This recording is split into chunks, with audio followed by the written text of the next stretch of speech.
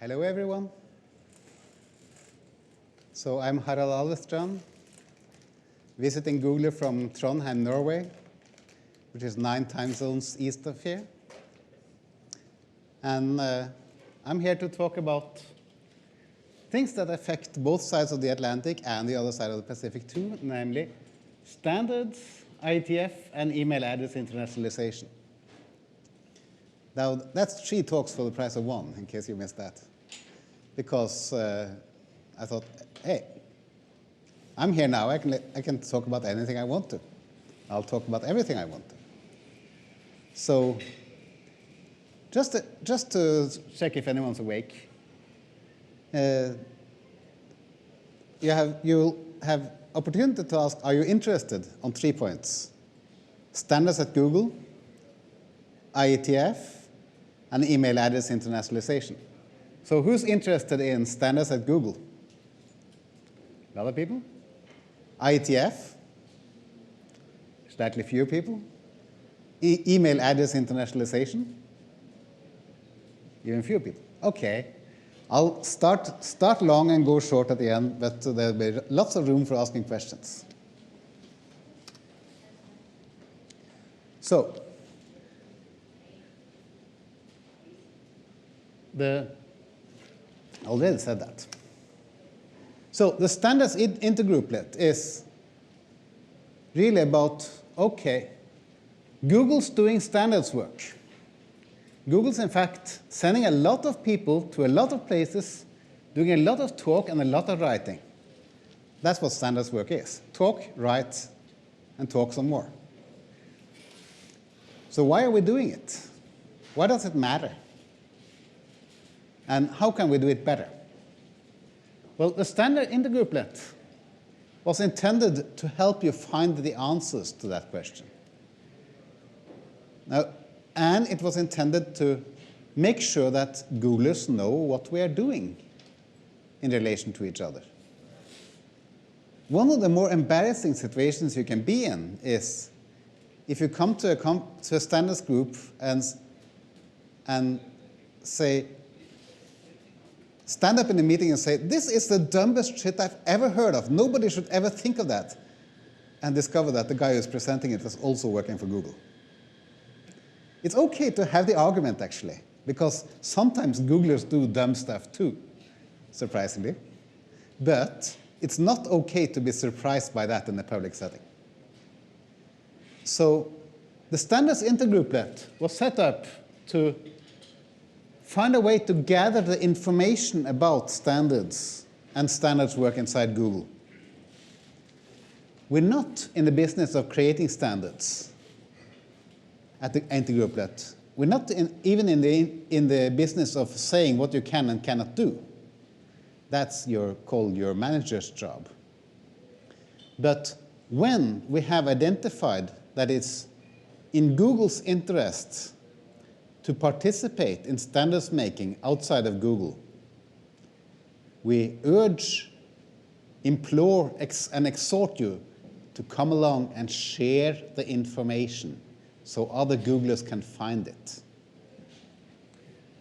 So the way we have started doing that is by talking. I mean, standards work is all about talking. So we talk to each other too. We started a series of tech talks. Check the fish for details. This is one of them. This is actually a tech talk about the IETF. We got upcoming tech talks about HTML5, which is important for anyone who wants to use the web 10 years from now. C++, which I've heard a few Googlers like to use in their daily work, and Java. And just today, I managed to twist the arm of someone in the legal department to promise to give a tech talk on patents and intellectual property policy, as seen from Google, which can be a all too interesting area. It's the kind of interesting thing you don't want to be interested in, but it's necessary to know. If you go to our site, go/standards, which is a go-to I actually stole from the user interface team, or convinced them to give to me, you will get the lowdown on what standards group we know about that we participate in, and names of a few Googlers that participate. Occasionally you will find information like specific standards that you need to know about and all that stuff. Of course, I like the IETF page on that site best because that's the one I've been writing. You'll find information about a lot of working groups and a lot of Googlers participating in those working groups. But what you'll find in most cases when you go to the site is that there's some information missing. There might even be information missing that you know. Please add it. It's our site, all of us.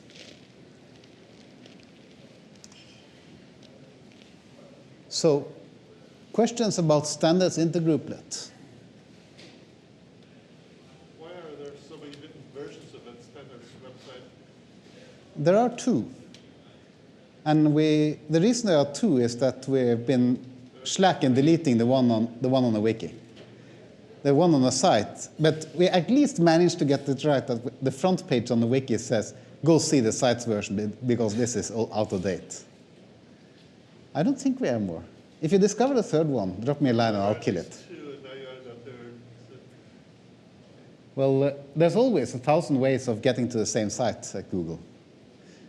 So some of them might actually be different paths. But the standards site is the one that we've been, the only one that has had, that the standards intergroup has worked on for a year. So all the others are clearly out of date. So the question was, why are there so many standards sites? There are also some pages that people maintain on standards of interest to themselves. And if they don't have pointers on the standards wiki, on the standards site, I hate the word site, by the way. If they don't have pointers on the standards site to their page, they're being bad boys and need to be reported to the standards police. That's me. But people do what they do.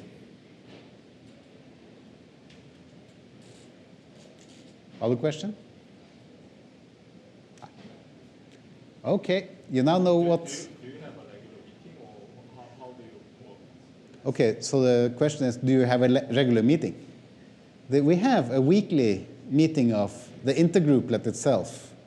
That's usually me and Zahida, and a few others.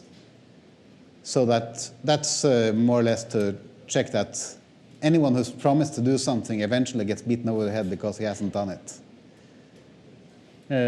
We also have a mailing list, which is what I think of as the most important place, Standards Discuss, where anyone who's welcome is welcome to post standards-related questions and participate in the discussion about what the right answer is.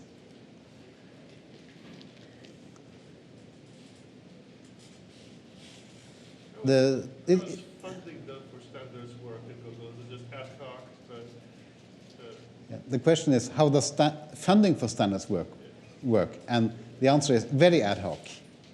I mean, the person who funds Zahida to work on standards, which she does more or less full-time at the moment, is Vint Cerf, our internet evangelist. Well, the person who signed the check for sponsoring the next IETF meeting was Christy Bona of the open source office. And most of the people who go to standards meetings go to the meeting on the dime of their project because the project thinks it's important for them to go. So yes, it's very ad hoc. And Zahid has been trying to collect information on how much we actually spend on these various activities. It's difficult. So, very ad hoc and very personal initiative, and that's how Google works, and that's how it should be. But please share the information. What standards work is Ent involved Sorry? What standards work? You said he's involved in some standards work. What is he focusing on? Vint? Well, he's, apart from evangelizing, he's working group chair in the IETF on internationalized domain names. I don't think he's actively involved oh yes, he's also involved in the interplanetary internet working initiative. Or, I've forgotten what they call this week. It's long delay intermittent connectivity networks. And he goes around the world telling people how wonderful open networks are, which is important. Who here is working on standards? Sorry? I'm asking the audience, who here is working on standards? What's the question? Who here is working on standards? Just a few people. Yep. You need to get out more. Because, I mean, the whole thing about the internet is that it hangs together because people are able to communicate. And the reason people are able to communicate is that they agree upon how to communicate. And if you have agreement on how to communicate, that's a standard. The whole G-data initiative, for instance, is founded upon a number of data format standards that have come from outside Google, that we have picked up, built on, and used. And the reason why these things have become popular is that people trust us and trust the standards that they know what things actually mean, what they're supposed to be like, and trust us to follow the standards. So communication is actually essential for standards. No, standards are essential for communication. And since communication is essential to Google, the rest follows. Now, switching topics. Internet Engineering Task Force, IETF. Main developer of internet-related protocols since forever, or 1981, whichever comes first. It's an organization that is a bit unusual among standards organizations in that it's formally composed of individuals, not companies. People who come from all over the space, like 40 different countries at the last meeting, from very many different backgrounds, research institutions, universities, network operators, internet service vendors, and a few people from Google. I think we found 6 of us at the last IETF meeting in Dublin.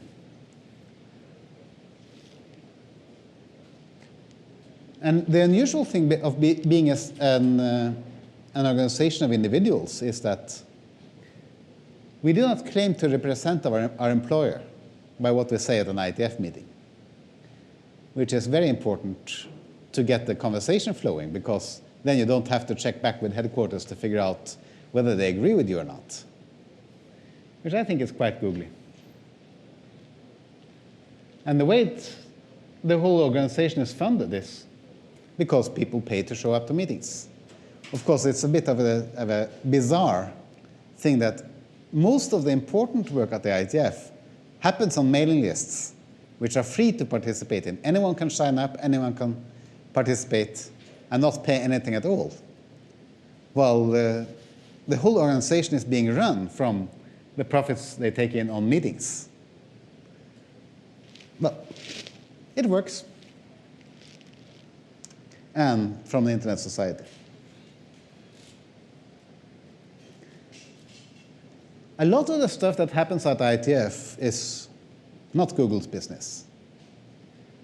We depend on the fact that people make standards that make the internet run, that makes it possible to do open networks and have packets delivered from one end of the world to another.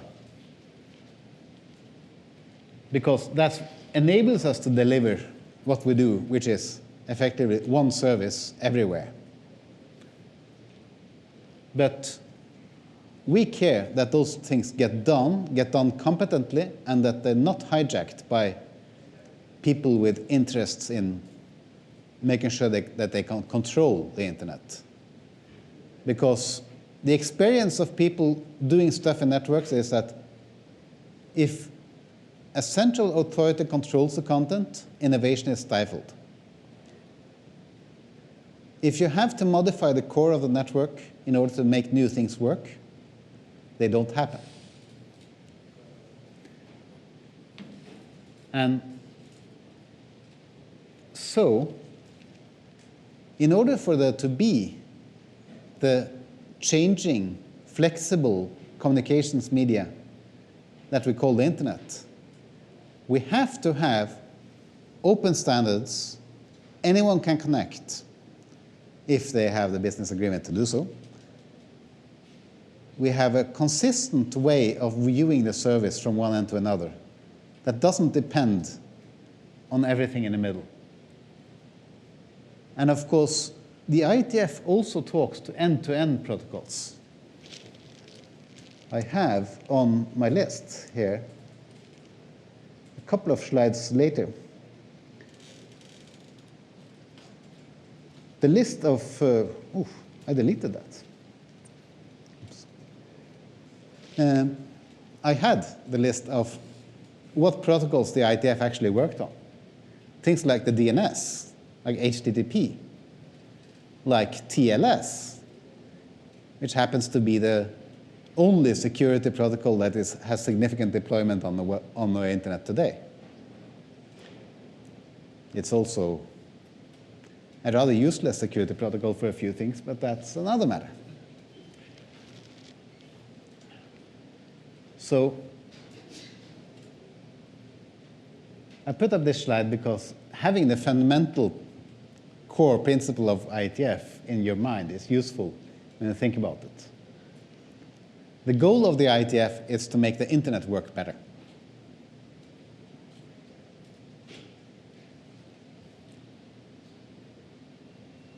It's not, the goal of the IETF is not to be a large standards organization. It's not to make people come to meeting. It's to make the internet work better. And it's an open process organization trying to achieve technical competence through having people volunteer to do work. And we have this funny thing called rough consensus and running code.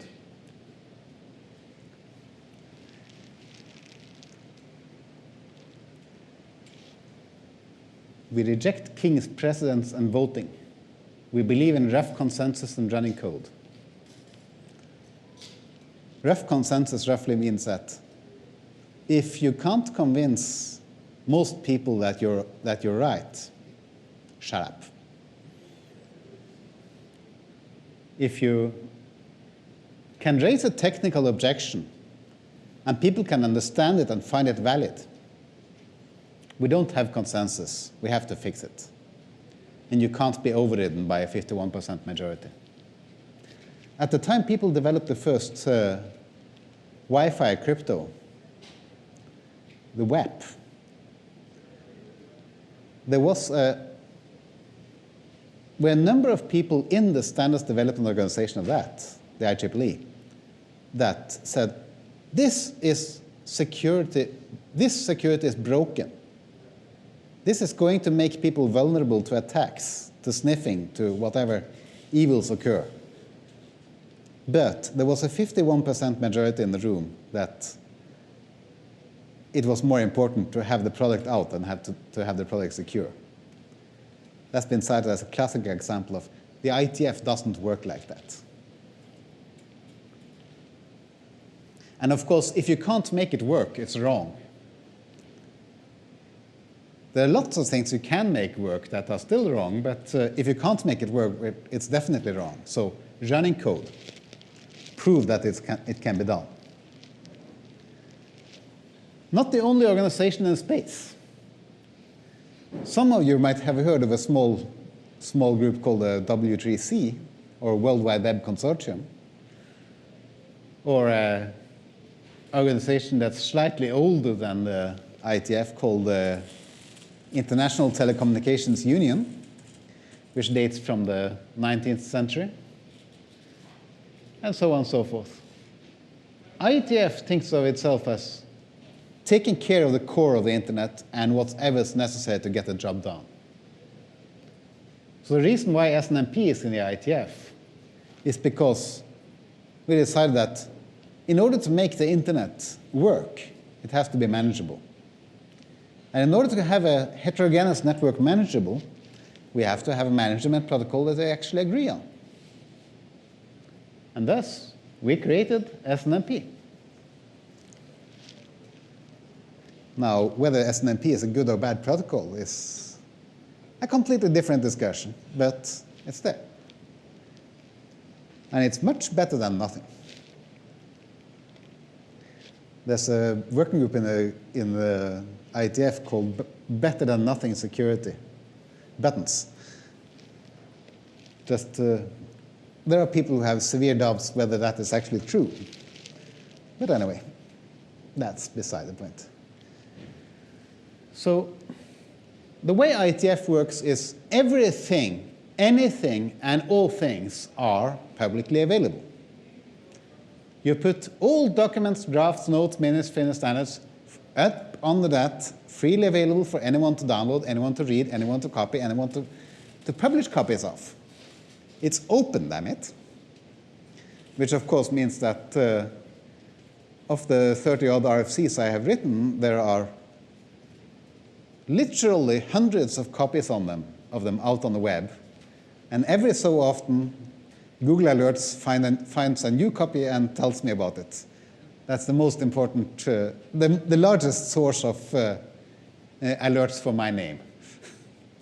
Well, and the process open, anyone, anywhere is allowed to participate at anytime, except for 2 people. Well, there were actually 2 people who made such obnoxious fools out of themselves that we decided that these 2 people are not welcome as IETF participants. But 2 out of 6 billion ain't that bad. And open decision making. That is to say, there's no star chamber. We don't do things in secret. We do things by having discussions, calling for consensus, and seeing how it goes. You're supposed to be able to figure out what happened. Well, sometimes you can't figure out what happened. And sometimes even the people who made the decision can't figure out what happened, but that's just life. Do you ever get companies with vested interest sending huge maps to filibuster? The question was whether we get people from companies with vested interest saying people to filibuster.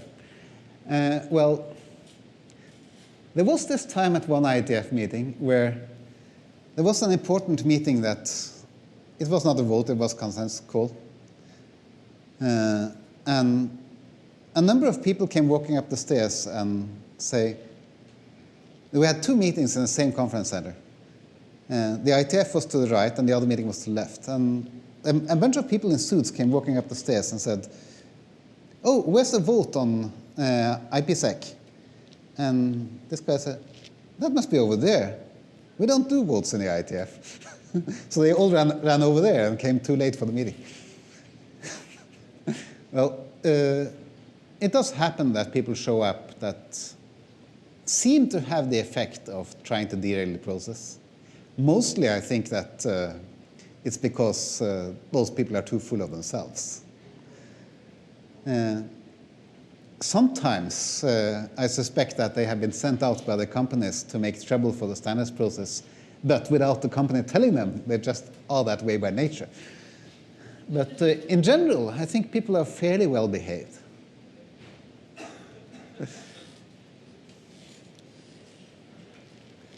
One reason being that actually it's a culture of personal participation. If you stand up in a meeting and make your best effort to derail the process, well, people will say that the Redman company tried to derail the process, but they will also say that Jim X is not a credible engineer. So you lose face, personally. So that happens. Intellectual property rights is everyone hates it, but we have to deal with it. Someone said that the words intellectual property rights are actually a horrible example of hijacking the discussion by defining the terms. It should be more like government-granted monopolies on certain things. There's a requirement in the IETF that because it's an open process, we can't even consider things that are secret. We have had examples of people working for no such agency coming up to our participants and saying, you shouldn't really do that. And without being able to say why. That's very hard to deal with because it's an open process. But in general, it's openness. Anyone can implement, anyone can see what input is, anyone can see the basis for discussions. So secrets are out. The other thing is that the IETF as an organization is small and does not have billions of dollars in cash reserves, which means you make the rules so that suing the IETF is either pointless or useless. That, among other things, means that the IETF never, ever, ever says this patent is invalid or this document belongs to someone or anything like that. It just can't say it. We can place the information in front of people and let them to draw their own conclusions, which very often will mean that will be the conclusion that this patent troll doesn't know what it's talking about. But the IETF doesn't take a position. So on patents, if you know about one of the few patents Google has and go to an IETF meeting, and you hear about something that is about this patent, the IETF will ask you to A, disclose that you have the patent, that Google has the patent, and B, it will ask you for a reassurance that it will be available under a fair and equitable license, whatever that means. The working group will then decide. Usually it will flame you for having patents at all, and then it will tear your license statements to shreds because it's not what they would like to see, and then they will go on and standardize the technology anyway. Well, it decides on each individual case. Google doesn't want to be in the business of stopping standards from happening. So we have a very liberal policy of saying, if a patent is related to a standard, go talk to legal. They'll write you a disclosure saying, it's okay, we won't harm anyone. And then get them to make a disclosure. Now, that was the background of how the IETF works. I suppose you're all thoroughly confused as to what the purpose of all this exercising and rulemaking and talking is all about. So I'll do a few slides on what it does. Last time we had 6 people join up for the IETF meeting, and we actually got 3 of them to contribute to the notes on what happened. So if you go to the standard site and search for IETF 72, you will find the URL that is clearly invisible down here with the notes from the meeting. So making a report from the IETF meeting is like the story about the 5 people who met the elephant in the dark room. IPv6. All IPv4 addresses in the world will be allocated by October 2011. That means a dramatic change in the marketplace on how you build networks. We haven't the foggiest idea of what it will shift to. But it means that people who think in terms of 3-year plans now have the end of IPv4 or free IPv4 addresses within the 3-year plans, which has led to some people taking IPv6 more seriously, including Google. What is NetBT? One of the problems you have with IPv6 is that if you have an IPv6 only node, it tends to want to reach stuff out on the internet of IPv4 devices, like yahoo.com. I mean, google.com you can reach over IPv6, or ipv6.google.com you can reach over IPv6. But there are other sites than Google, surprisingly. And NetBT is a mechanism by which you can use IPv6 to connect to a NAT box that translates your IPv6 into IPv4, which means that you can still get to anywhere you could before, even though you only have IPv6 on your box.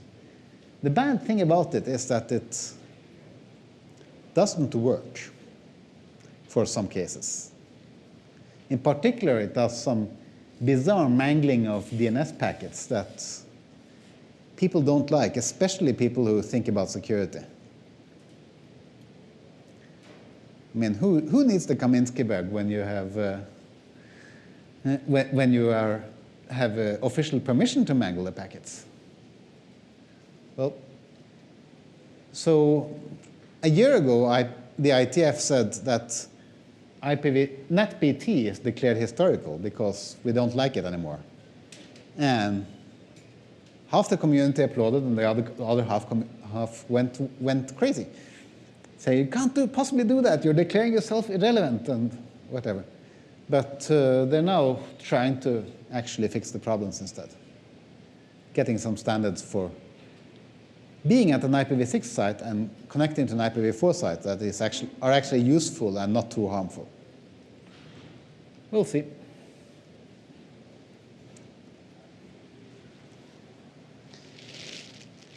But Google is actually getting a lot of practical experience from IPv6, and it's better than a lot of people thought.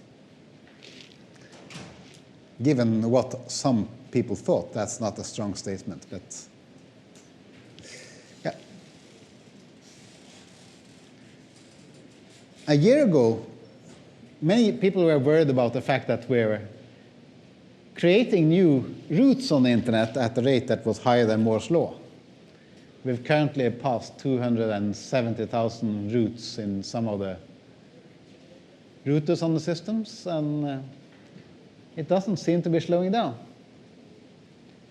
This little break here is the last time someone got worried about the issue, by the way.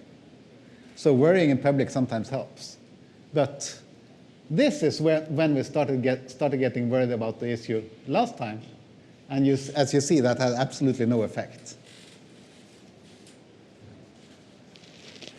And this worries me a bit because we have a lot of proposals for solutions, and all of them have spectacularly failed to get deployed. And nowadays, people are so worried about IPv4 extortions that they kind of stopped worrying about this one, which worries me. DNS is another fun topic. The domain name system has a feature called DNSSEC, which is a way of putting digital signatures on all the records in a DNS. Well, of course, there are a few more details, like key management. I mean, it's so useful to have a digital signature if you don't know whether you trust the key or not. So there are a few problems. But the Kaminsky attack, where Dan Kaminsky showed that you could make any recursive resolver in the DNS hand out fake data in about 5 minutes, kind of scared people a little bit. They rolled out a fix, which means that Moore's law will actually allow us another 18 months before we're in as bad a situation again. So we really should do something serious about security of the DNS, because we're doing so many things by just looking things up in the DNS and saying, oh, that's the truth, we'll do what it tells us, that it would be kind of nice to harden it. And one of my other hats is as a board member of ICANN, the organization that is supposed to take care of the root zone, or sometimes it feels like it's supposed to be the organization that takes care of asking the Department of Commerce's permission to take care of the root zone. But so signing the root is not the IETF's problem. The technology is available.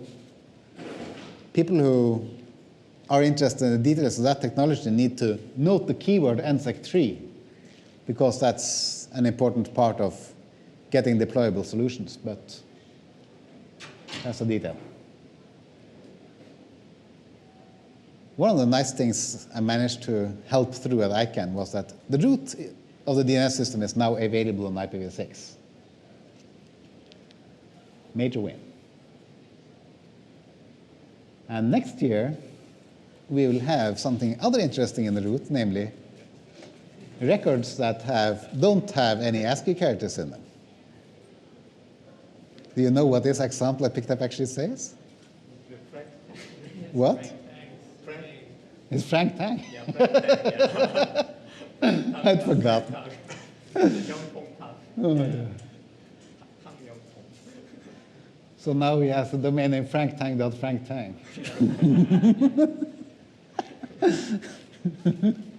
That's the bad thing about picking up examples when you can't read the language. I'll try to remember. So I have worked a little bit on the problem of getting these standards for internationalized domain names revised, because the standards were frankly not that good. And one thing I encountered was Hebrew letter, dot 3com.com. Now, anyone can try to guess which sequence do these letters occur on the wire. I mean, if you don't have enough headaches, do mixed left and right and right to left stuff in domain names. Sigh. Why? Why? Why? The question was why? And the answer is not why not. But seriously, if... You cannot possibly say that the Chinese characters are allowed, but the Hebrew and Arabic are not allowed. Right to left in the domain name is just wrong.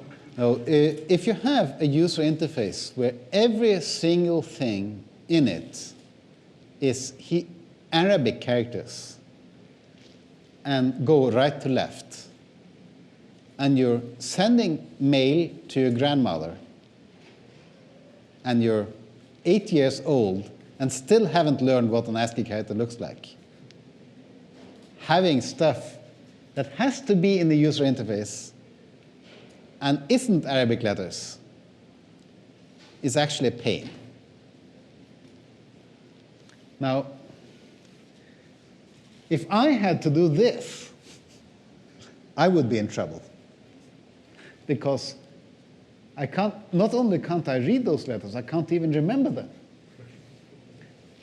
And so we have to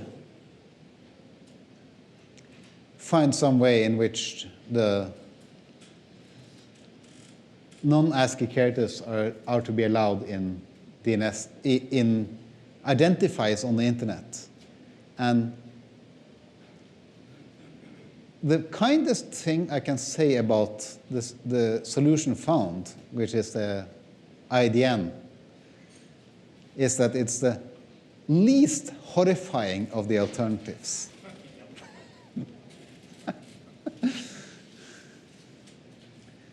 At the time this was being discussed, just about everyone in the discussion was either Chinese, Japanese, Korean, or using Latin script.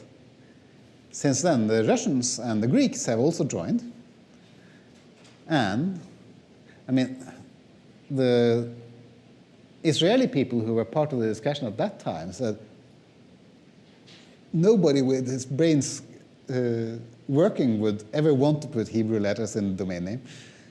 It turns out that they were not the only people in town. There are people doing Hebrew letters and domain names now. And so we have made it very clear that the need exists, or people will use it if possible. But sometimes I wish the experiment had failed. Who is responsible for keeping out cognates or lookalikes? Who is responsible for keeping out lookalikes? It's the registry. The same one that is supposed to take care of not registering Microsoft with a 0. And you know how well that has worked. So given that we have reduced this to a previously unsolved problem, we do have some recommendations for what kinds of rules the registry should have in place. And doing things like having both Cyrillic and Latin in the same domain name is a really bad idea, even though Toys R Us would really like it. So we hope that at least some registries will follow the recommendations. But I mean, the IETF has no enforcement power whatsoever. ICANN has some enforcement power on the first-level registries. But if you want to register iamstupid.com and put Hebrew names under that, there's no enforcement mechanism in the world that will prevent you from doing it. Of course, I do hope that your users will say, oh, stop doing this to me. What? Is that Frank Tang at franktang.cn? Yes. Yes. I decided to use the same example so I would only screw up once. So this is actually what I'm doing in the IETF. This is the last part of my talk, which is about email in Asia, or email in context where having to use ASCII is considered cruel and unusual. So a couple of years back, that was actually before I started at Google, so it's at least 3 years back. Some of us realized that people were doing various hacks to get this functionality, to have email addresses with strange-looking characters in them. And they were doing hacks in different ways, and incompatible ways, and ways that would create trouble. So the IETF, a few people got together and proposed to the IETF that the IETF should make all the trouble happen in one place. We want consistent trouble. So we started a working group called Email Address Internationalization, EAI, with the goal that it should be possible to use email without ASCII anywhere where people cared about it. That doesn't mean that we pull all the ASCII out of the protocol, because protocol is protocol. Inside the message, the from header will still be FROM : but what the identifiers that the user sees that no user interface can possibly translate without doing it even worse than Microsoft's Exchange has to be internationalizable identifiers. So instead, we could have done an ugly hack like we did with DNS and said, OK, we'll just encode some parts of this, and anyone who looks at what's actually being sent will recoil in horror and hide behind his glitzy user interface again. We decided not to do that. Instead, we created a specification for how to put UTF-8 text into the email addresses and the headers in such a way that between cooperating entities, we could just send UTF-8 safely.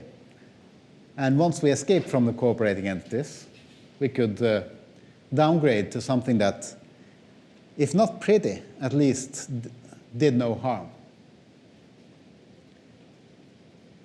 So the bad news is it took a while. The good news is we're done. Basically, the specifications are published or ready to be published.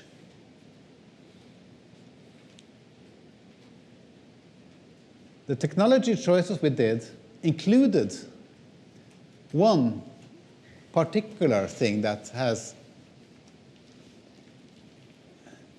very large consequence. That is, there is no standardized way of encoding an extended email address into an ASCII address.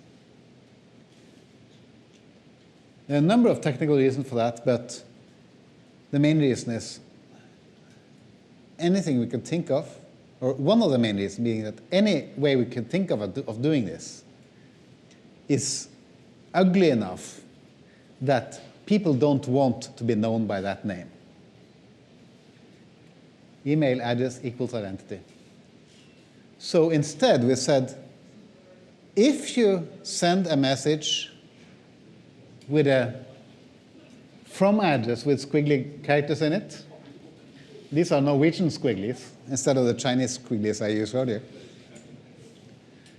You also include a piece that says, this is my ASCII address. If you don't know what this stuff is, use that. And so at the downgrading gateway, if the message hits the downgrading gateway, it can say, OK, I know who this guy is. It's that name. And we'll take away this, take the eraser out, and say, we'll use this instead. And that works. What prevents the first one from being Bill at Microsoft.com, while the second one is still Harald or .com? Well, what prevents the first one from being Bill at Microsoft.com and the second one from being something completely different? Well, nothing. Actually, it's the same thing that prevents the first one from being Bill at Microsoft.com by itself, which is again nothing. So we have reduced it to a previously unsolved problem. There are actually cases where people would, that we at least discussed in the work group, where people would want this address to be on one system and this address to be on another system. Perhaps they have a system here that is able to handle internationalized mail, and another backup system that is able to handle ASCII and not internationalized email. So the working group decided that we can't make the decision for people how these addresses should be related. You just have to live with it. So if you use SPF, which one doesn't check? SPF, that's a good question. SPF would check this domain in the SMTP envelope because that's the way it should hang together. I think Frank Ellemann is writing a draft about that, but I haven't read the draft. There's, I mean, the Microsoft extensions to SPF would probably have to be updated to handle this one properly, because they go into the headers, not just the envelope. The original SPF goes into the envelope, and the answers are different for the two. Yes? Does this mean that the email provider has to get both of these domains? The what? Does the email provider need to have the domain with both the funny O and the ASCII O? The question was whether the email provider needs to have both the funny O and the ASCII O as the domain name. And if they go into the same place, yes. If they go into different places, no. So if I was experimenting with this stuff at a very flaky provider, I could say, OK, he owns urbom.no. And my regular provider is orbom.no. So he gets everything that I don't want to entrust to the experiment.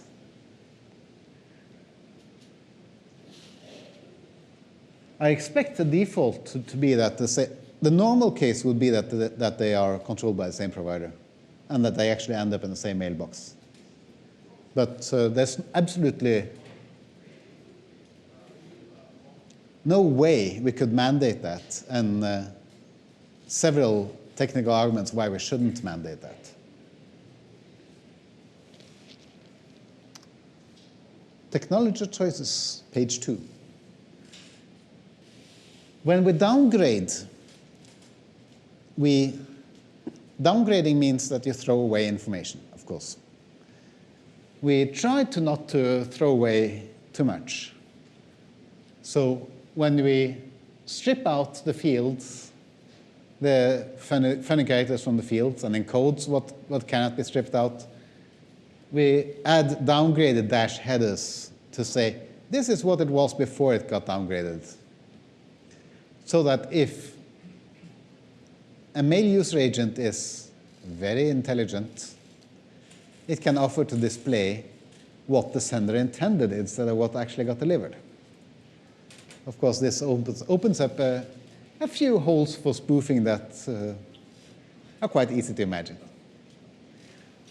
So there are words that in the document that say, now, if you expected, you have the original version and what it got downgraded to, and if what it got downgraded to isn't what you expected to be there, better give the user a warning. But that was one of the reasons why upgrading, that is, creating what you think the user sent instead of what it got downgraded to, is explicitly said you never, never, ever do this in the network. You do this at the user's end site or not at all. Of course, transferring mail is not the be-all and end-all.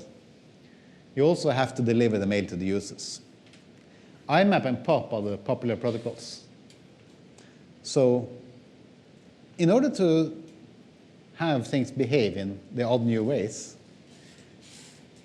we installed a flag in both protocols saying, I can now ask for you to behave like you know how to handle UTF-8 mail. If the client doesn't tell the server that, the server will be responsible for delivering only old-style mail, even downgrading it if it has to. At one point, we actually considered whether the server should offer to upgrade the mail so that all this downgrading stuff got taken away. But for all the reasons we previously discussed, no, we don't do that. Oops. By turning on UTF-8, you mean the turning on the UTF-8 in the header? Yes. And when downgrading, the encoding method for word is, what encoding method is it? When downgrading, the most common thing, there's a long specification of do this to this to this, do that to that, but the most common thing is RFC 2047, yes. The question was what are these fields being downgraded to? So the good news is that the documents are actually out as RFCs. So you can look at the header format and the SMTP extensions and the delivery status notifications, which had to be upgraded too, because we had put in those specifications that you could only deal with ASCII. The most important document that's missing from this list is downgrade, which is finished, essentially. I just have to send out the final message to the main list saying, you have your final chance to object to the last thing that happened to it, and then to send it to the ISG, which will then approve it as an experimental protocol. These are formally these are experimental protocols. That is, they are not standards track. They're not considered finished. I hope that we got them right, so we don't have to change them, but we're not handing out promises. We're also hoping that we get the POP and IMAP and mailing list considerations out. These are documents that exist in draft form. You can download the draft anytime you like, as usual in the IETF. And I hope that next year we will be able to say, okay, we learned something. We changed the standards in this way, and this way, and this way. Otherwise, it's now standards. Because we already have implementations. 5 different teams, including affiliates, and 4 of the Asian NICs have implementations that have a webmail client where you can type emails. They have modified NTAs that are able to support both transferring the messages to consenting adult NTAs and to downgrade the messages if necessary. One interesting thing there was that all of them, when they wanted to demonstrate operation to old systems, used Gmail as the old system. And nobody's demonstrated how a user interface that supports BiDi would look. So we'll see how that goes. Bidirectional script or Sorry? is that bidirectional script you're talking about there? Yes, bidirectional scripts. That was just a question for clarification. I have not heard anyone shipping commercial products yet, but people tend to be cagey about that. Summary. Last slide of the presentation, and I'm out of time, so it kind of fits. Many things going on at the IETF and elsewhere in the standards world. Google needs to know about a lot of what's happening. And there are a few pieces where we really should try to influence it, because how it comes out matters to us, not just that it happens. And the reason to participate is that's the way we learn, that's the way we figure out where we can be effective and make things happen. And that's what standards intergrouplet is all about. Okay. Open questions. Last round. When I participated in the IETF, one of the IETF mailing lists, does it matter whether I use the Google email address or personal email address? The question was whether it matters whether I use my Google address or my personal email address when I join an IETF mailing list. Personally, I use my personal email. I mean, this one has lasted me through 3 employers now. So it doesn't matter. If you are, it's good to be open about who you are and who you work for, so that nobody can claim that you are trying to secretly influence something. Secrets are bad. But if you want to, use your personal email address because that's got better spam filters or better whatever, no problem. Question over here? So it seems like the IETF model is pretty good. When the W3C incorporated, why didn't they either work with the IETF? I know IETF was traditionally lower level protocol. Why didn't they simply clone the IETF's model? So the question is, why didn't the W3C clone the IETF model? Well, that comes back to what Tim Berners-Lee thought he was doing, or what he thought he could be selling. The W3C started off by promising not to be a standards organization. They imagined that they would be a technology development center with a staff of tens or hundreds of technical people actually doing and driving the development work. That takes serious money. And so the only place they could figure out how to get money was from memberships by corporations. The IETF is a shoestring operation by comparison to the WCC. The number of people who get paid for working full-time in the IETF is approximately 6 on a good day. So the W3C wanted to be a research organization, and how did they fall into becoming a standards organization? The question was, WTC wanted to be a research organization, and then how they fall into being a standards organization. Well, it turned out that Tim Berners-Lee also liked being in control. And the IETF tends to want to have relevant expertise on the standards it's developing. After a while, it was pretty obvious that HTML, all the people who were expert in HTML were already going to the WTC. And so having an IETF standard for HTML was kind of pointless. I mean, why do it when nobody's listening? HTML 1.0 was actually an IETF standard.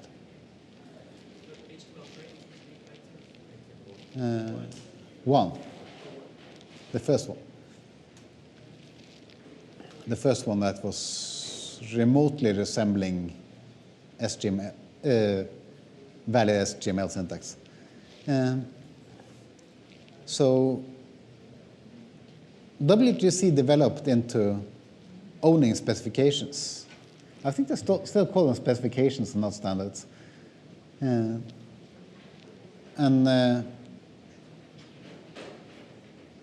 It seemed to work well for them. And they also ventured into things that IETF wouldn't touch, especially figuring out new ways to do new stuff. I don't think the XML could ever have been developed in the IETF. There's just so much complexity in there that we could never have managed to agree to all of it. The IETF tends to abhor complexity.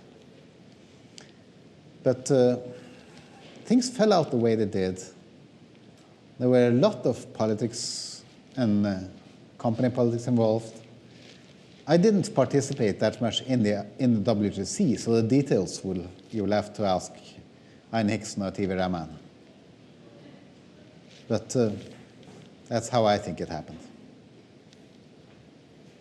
So a common problem with standards is people come up with standards and no one is ready to implement them.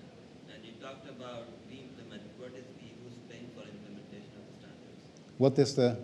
So the question is, who is paying for implementing those standards? Because I've seen lots of standards. They're really good, but no one is willing to implement them, so they die. So the question is, who is paying for implementing standards and why? So I've seen some variants of that scenario. One is where nobody wanted the standards anyway. And one is where a standard comes out and specifies that you should do 15 things, and people do 3 of them. Also called, and a number of examples, including HTML. And other places where people actually implement all the standards, but then they add on their own extensions. The reason why people implement standards is generally because they want to interoperate. So in the cases where you have either no dominant market player or a dominant market player that has customers that are asking for standards conformance, you find that people implement standards. Sometimes badly, sometimes with twists and tweaks that nobody ever would think of. I heard that, I heard a number of rumors. But people generally implement standards because they want to interoperate. And as long as the drive for interoperation is there, and as long as the customers are smart enough and insightful enough to tell the difference between something that claims to be a standard and something that actually conforms to the standard, those standards will live. Some standards die, sometimes because they're bad standards, sometimes just because it was the wrong standard at the wrong time. The most difficult thing you can do in the standards process is try to replace one standard with another standard that is just a little better. It doesn't work. People will keep on extending the old standard until it dies from its own complexity. So, yes, there are a lot of dead standards, and some of them deserve to be. Others are sorry about that.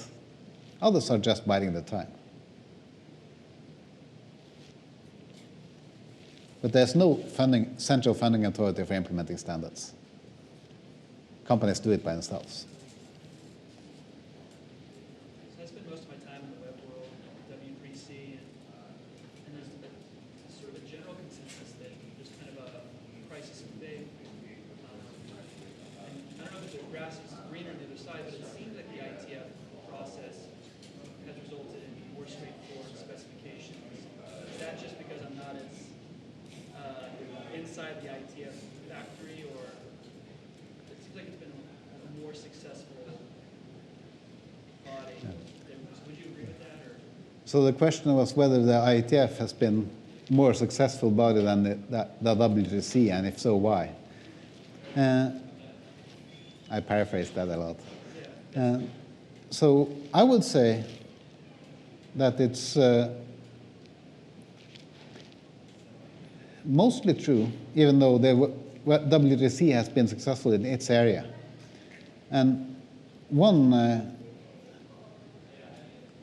possible reason for that is actually a flip side. It's a lack of resource.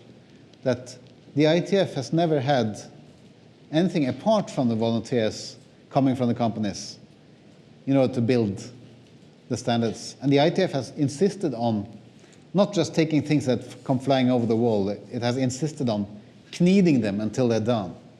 And that process, when it works well, tends to simplify things. And simpler standards have a bigger chance of being fully implemented. So I think we've been lucky. I don't know if it's possible to clone that model. The Grid Forum tried. The Global Grid Forum tried. They just adopted a clone of the IETF procedures. I don't know how successful they were.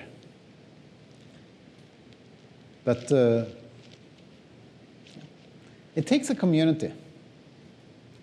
And communities are fickle things. So luck played, in my mind, a great part into it. And I hope the W3C managed to have some luck too. Okay, my time's out. The questions seem to have run out. No questions from the remote. Thank you all for coming. See you next time.